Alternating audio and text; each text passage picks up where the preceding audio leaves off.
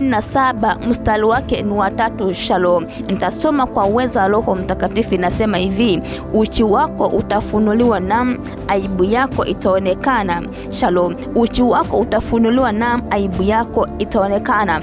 Bwana anasema ya kwamba uchi wako utaweza kufunuliwa na aibu yako itaweza kuonekana. Ninapoingia ndani ya maandiko ya Mungu, kitabu cha Mwanzo 17 mstari wake ni wa 17, inasema ya kwamba Abrahamu alikuwa ni mtu wa miaka 100 na Sarahi alikuwa na miaka 90. Shalom. Maana yake Abraham alikuwa amemzidia miaka 10 huyu Sarahi. Sarahi alikuwa na umri wa miaka 90 na Abrahamu alikuwa na miaka 100.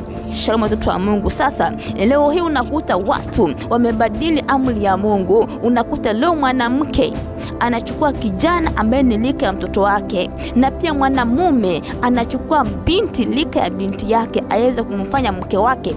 Bwana aweze kutuhurumia sana. Ninapoingia ndani ya neno la Mungu, kitabu cha Mambo ya Walawi 18 mstari wake ni wa 7, inasema hivi, nitasoma kwa uwezo wa Roho Mtakatifu: usiufunue utupu wa baba yako au wa mama yako.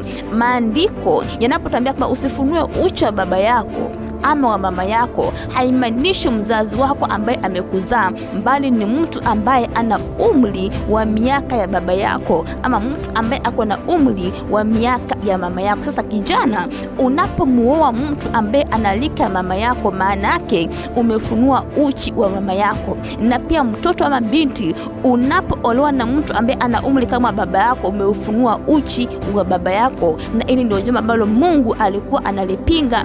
Na hapa ndipo nakuta katika mwanzo wa kuumba kwa Mungu, kwanza alianza akamuumba mwanadamu ambaye alikuwa kwanza alikuwa ni mwanamume, akamtia katika shamba la Eden ili aweze kutayarisha, baadaye akamuombea mwanamke. Maana yake mwanamume anastahili kuwa amemzidia mwanamke miaka, wala sio mwanamke amemzidia mwanaume miaka. Ingekuwa ni hivyo, basi Mungu angeumba kwanza mwanamke, baadaye akaumba mwanaume. Kwa hivyo ni chukizo sana mbele za Mungu mwanamke kuweza kuolewa na kijana ambaye ni lika ya mtoto wake, na pia mwanaume kuweza kuolewa na mwanamke kuolewa na mtu ambaye ni lika ya baba yake. Na hapa ndipo nakutana Mungu ananiambia kwamba usifunue uchi wa baba yako, usifunue uchi wa mama yako. Haikumaanisha wazazi wetu, hapana, bali ilimaanisha watu ambao walikuwa na lika kama za baba yetu ama lika kama za mama yetu. Shalom.